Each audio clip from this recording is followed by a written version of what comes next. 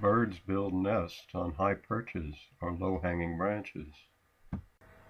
People build nests too. Some people copy bird nest designs. They use twigs and other natural materials to fashion their nest. But this kind of nest is not waterproof. Bird nests are not protected from the rain. A mama bird spreads her wings over her baby bird. Once a bird leaves the nest, he does not use an umbrella. He actually enjoys a sprinkle or even a heavy downpour from time to time. People are different than birds. They don't like raindrops. They stay under waterproof roofs to keep dry and use walls to stay warm.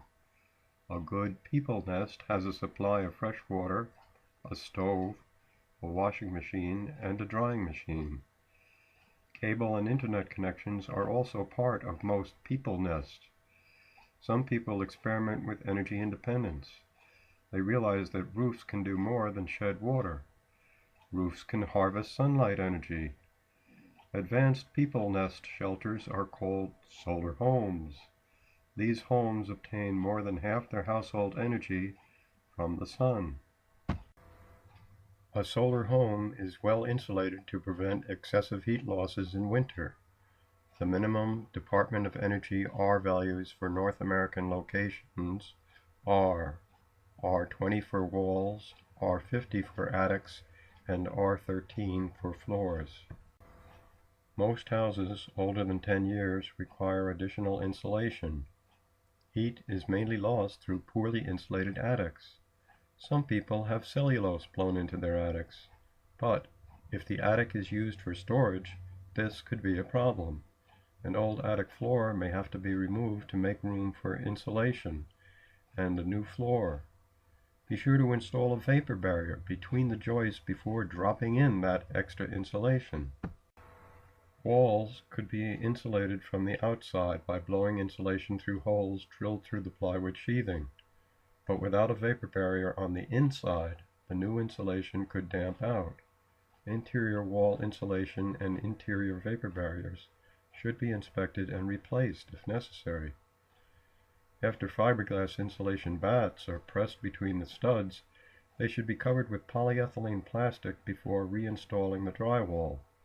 The building code calls for 6-inch stud walls construction filled with R19 batts, but if you're stuck with 4-inch studs, you may sheathe the outside walls with solid insulation before replacing the siding. Floors should have insulation values around R13. Basement walls could be insulated instead. This could be done with closed-cell polyethylene between the framing studs. Do not use fiberglass insulation against basement walls because of the moisture problem.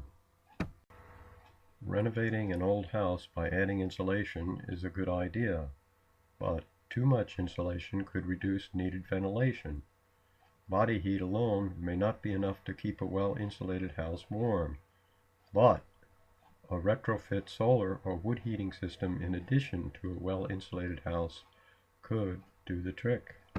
Here are a few solar home tip tricks that may be helpful. A roof can provide an ideal location for a solar collector or photovoltaic panel without using valuable real estate. Flush mounting is preferred, so choose your roof wisely. The best year-round pitch for a photovoltaic panel in your location is your latitude. December 21st is the shortest day of the year. At latitude 41 degrees, the best tilt angle is 64.5 degrees.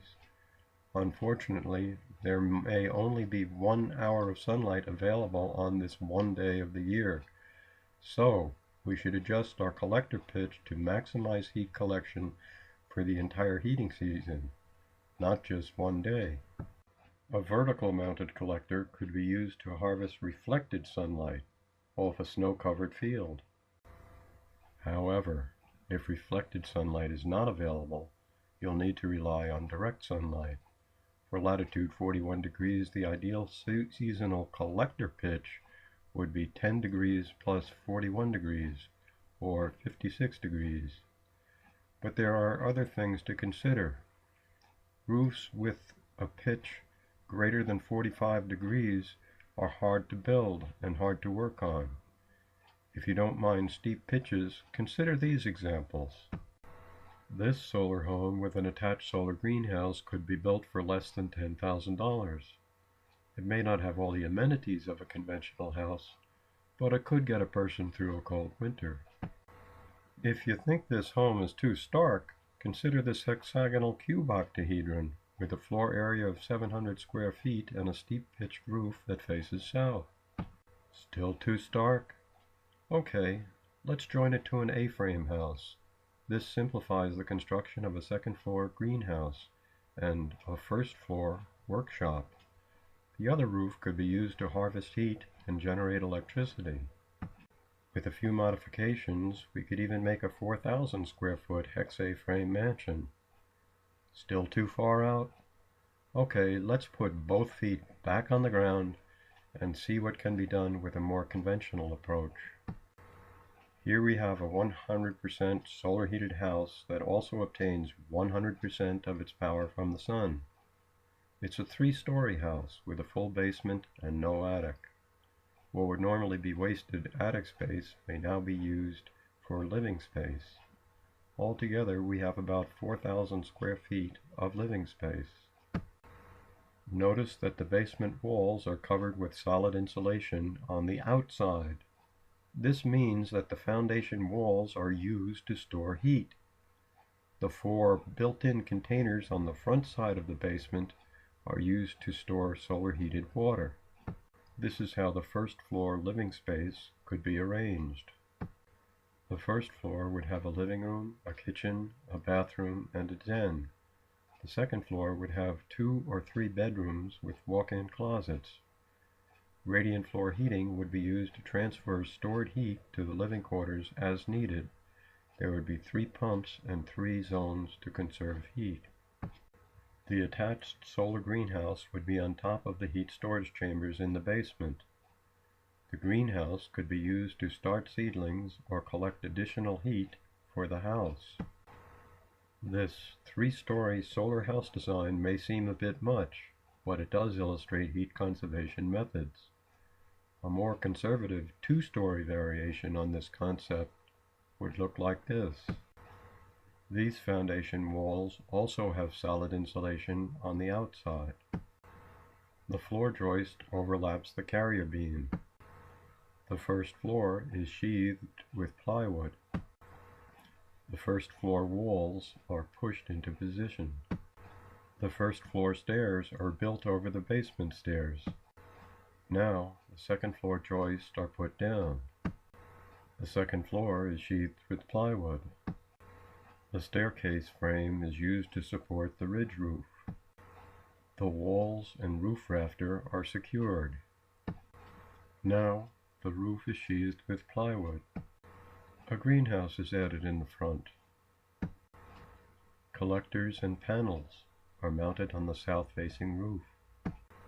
And last but not least, we have a north-facing patio added on the back of the house. Unfortunately, solar homes won't solve all our problems. To solve all our problems, we'll need to live like birds.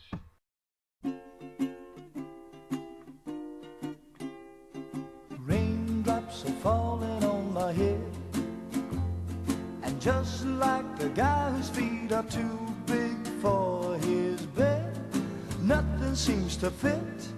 Those raindrops are falling on my head, they keep falling. So I just did me some talking to the sun, and I said I didn't like the way he got things done, sleeping on the job. Those raindrops are falling on my head, they keep falling. But there's one thing I know, the blues they send to meet me won't defeat me. It won't be long till happiness steps up to greet me. Raindrops keep falling on my head, that doesn't mean my eyes will soon be turning red.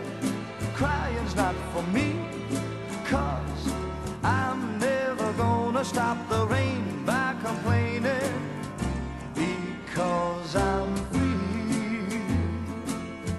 Nothing's worrying me.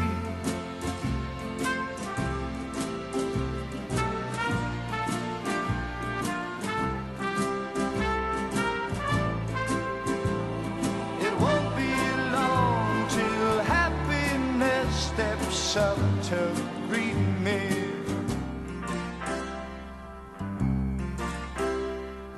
Raindrops keep falling on my head, but that doesn't mean my eyes will soon be turning red. Crying's not for me, 'cause I'm never gonna stop the rain by complaining, because I'm free. Nothing's worrying